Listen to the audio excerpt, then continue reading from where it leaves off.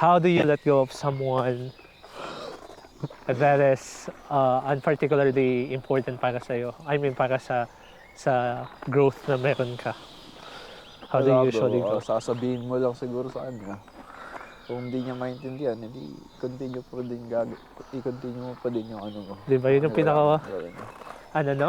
I-continue mo pa din yung kailangan mong gawin. Kahit hindi mag-agree. At least, pinaalam mo sa kanya, di ba? Okay. One thing na na-discover ko sa sarili ko when I was young, kasi sobrang tawag dito, sobrang maigsi yung patience na meron ako. Same, bro, same. So most of the time, kagaya nitong road na dinadaanan natin, it's too, parang ang layo-layo pa nung kabilang side, di ba? In order for us to be there. But eventually, when I was in college, I realized na all you have to do in order for you to remove that impatience na meron ka is to realize that every single thing would be necessary. Ang necessary step na kailangan mo gawin is to take that one step in order for you to push forward sa goal na meron ka. And right now, parang ganun yung nakikita ko dito sa kahit malamig. Sobrang funny lang no na hindi natin na-expect parehas na mapupunta ako dito. Kaya nga, bro. Bakit ba pumunta ka dito? No? Oo nga, hindi ko rin alam bakit nga. Nagsisisi na ako gano'n. Pero ano yung pinaka-unforgettable moment mo sa Pilipinas? Kasi like this past few days, syempre Christmas, everything happens, di ba? Parang sobrang different talaga. Ano ba? Lahat. Madami po. Like, pero, sa sleepovers. Yung dati na yung pupunta tayo sa bahay. Oo. Pupunta tayo sa bahay nun eh, no? Oo. Kayo nila, Kenneth, si Albert. Oo. At lagi tayong apat nun, di ba? Minsan lang nakasama nun Si Andrew at saka si Rodsen. pero mostly apat tayo nun. Apat tayo dun sa bahay. No? Yeah, true. Ano ba? Unforgettable moments. Ako may naalala ko sa Pilipinas.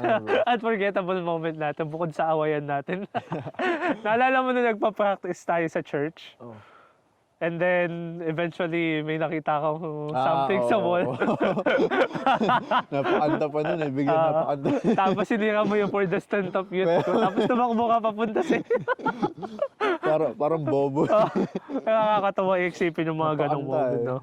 Yung isa sa mga hindi ko makakalimutan talaga yung momentum na yun kasi every single time, di ba, like parang pinag-prepare natin yung tawag dito, yung youth conference, and then one time, ganun yung nangyari sa atin. Sa akin, yun pala bro, siguro yung mga youth conference nun, tsaka yung mga naalala mo nung sumali tayo sa ano dati, sinali tayo sa street dance. Street dance, yung sa Pag-asa. As in. 2014. Pinaka-pagod days sa lahat. Yun. Tapos, yung, bro, madami akong memorable. Pero yung pinaka-favorite mo sa lahat ng memories na meron ka sa Philippines, yung sa tingin mo hindi mo makakalimutan towards sa lahat ng mga mangyayari sa'yo, ganun. Ano ba? Sobrang dami kasi, pero siguro sabihin ko yung Sisip-sip ka pa. Huwag mo na sabihin na nakilala mo kaming apat at kaming anim na. Alam na namin yun. Bro, madami kasi siguro yun nga sa sleepovers, yung sa mga practices na ginagawa natin ng pagka yung merong magpe-prepare tayo sa youth conference. Iba kasi yung feeling, Like parang hindi ko lang alam in comparison dun sa mga bagong mga youth din dun sa natin. Siguro sa mga bagong youth ngayon dahil exposed sila sa technology. Tayo, exposed man tayo noon pero alam natin yung limitations, diba? Limited pa kasi tayo noon, hindi pa ganun kasikat yung, sikat na noon kaso limited yung data natin. Data. Kailangan pa mag-load nun eh. Tsaka, kami nun, wala kaming wifi sa bahay nun. Meron kaming wifi nun kasi niloloadan lang. Pag nanood ka ng YouTube nun, tas parang HD ba o 4K, ubos agad. Isang video pa lang, ubos na. Yun. Naalala ko yun. Tapos lumadayo pa kami para makicharge kasi ang source lang di ba ang source lang ng social media, it's either simbahan or yung sa computer shop. Yeah, totoo yun. Yun lang naman. Pero yung parang kagaya ngayon yung data sa like you can hand it over sa kamay mo na mismo, no? Ako ba, ano bang unforgettable moment ko? Siyempre magpapaka-plastic tayo kapag sinabi ko na doon na binyagan ako sa simbahan, di ba? Hindi. Siguro one of my fondest memory ay yung time na naalala ko na isa sa mga di ko makakalimutan, masyado akong pabebe nung doon sa youth conference. Oo, totoo ko. Hindi ko nga kasi na-expect na may involve ako sa mga ganun. Wala akong na-expect na may involve first first youth conference ko rin yata yun. Tapos, dahil hindi pa ako member ng simbahan, naalala mo yung For the Strength of Youth, Duty to God at saka Personal Progress? Dito ako Duty to God nga pa. Tapos naalala ko nagtanong si President Pajarito noon kung natatandaan mo pa siya. Oo, natatandaan ko yun, bro. President Pajarito, sabi niya ganun sa atin, sino sa inyo yung wala pang Personal Progress, Duty to God at saka For the Strength of Youth? Noong time na hindi ko pa alam kung ano ibig sabihin ng Personal Progress at Duty to God. Kasi nga, non-member pa ako noon. Kasi ako naman yung todo taas ng kamay kasi first time ko sasali. Sabi ko na, ako po President, wala pa akong Personal Progress, Duty to God at For the Strength of Youth. Tapos tinawanan ako ng lahat ng mga youth. Wala pa, pang babae lang yun, di ba? Kasi pang babae pala yun. Yun yung isa sa mga hindi ko makakalimutan na memory. And then, yun yung eventually na naging key para sa akin din na maging member ng simbahan, which is sobrang grateful din ako. Ako nun bro, like, never ko talaga in-expect na mas involved ako sa ganun. Kasi di ba, kahit lumayo ako sa simbahan, nung parang first part ko dun parang unang years ng pagiging youth ko dun. Hindi ako ganun ka-close or hindi ako ganun ka-involved. Kasi parang, wala naman, kilala ko sila, nun. Kaso may kanya-kanya din kasi kami parang trip. Trip nun. Tapos sobrang bata pa namin. Tapos ang mga kaibigan ko nun outside sa simbahan. At saka karamihan din ng mga kaibigan mo mas matanda sa'yo noon, di ba? Oo. Kaya sila alumbrya. Mga alumbrya. Malayo yung age age gap namin nun. Sila yung mga nakasama ko nun. Tapos, syempre, iba yung age namin nun. Kaibigan nila ako, pero syempre, mas iba din yung trip nila kasi mas matanda. Tapos hindi din ako ganun makasabay sa kanila. Nakakatuwa. Hindi ako nagsasalita nun unless kakausapin mo. Oo. Naalala ko ngayon, first time na pinatawag ka sa akin ng papa mo nun doon sa...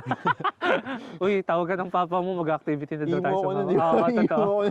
2013 yun Papakita ko yung mga picture mamaya.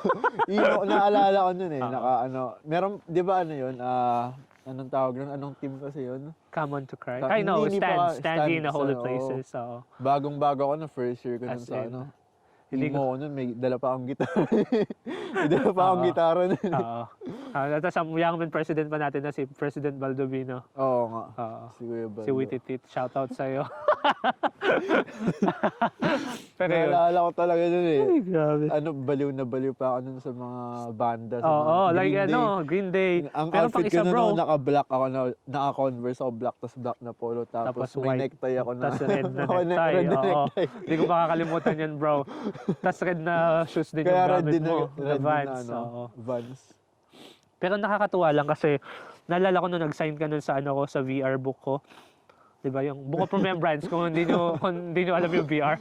Book of Remembrance yung tawag doon. Naalala ko nag-sign siya doon and then sinabi niya sa akin na hayaan mo one time. Kasi against nga yung tatay ko nung mabinyagan ako sa simbahan dati, 'di ba? Totoo. Tapos eventually pumayag din naman. Tapos naalala ko sabi ni Bruce sa akin, one day yung pangalan mo MR kasi yung pangalan ko, yung pangalan. Magiging RM na yan sa susunod. And then right now, it happens, di ba? Hindi ko lang kasi maalala eksakto na tawag dito. Parang nilagay, hindi basta meron kang rock and roll to the world doon. Hindi mo nga kasi ako. Tapos may picture ng Green Day, tapos picture mo. Hindi ako nagkakamali, meron kang hawak na picture mo na may hawak gitara. Nakakulay blue ka ng polo shirt. Tapos nakaganon ka sa as in, nakakatuwa. Nakakatuwa lang kasi Tapos si Albert din, naalala ko noon, sinasabi niya sa akin na yung push. Yun doon sa BR na sabi ni Albert sa akin na pray until something happen. Oo. Yun yung hindi ko makakalimutan ng mga yan.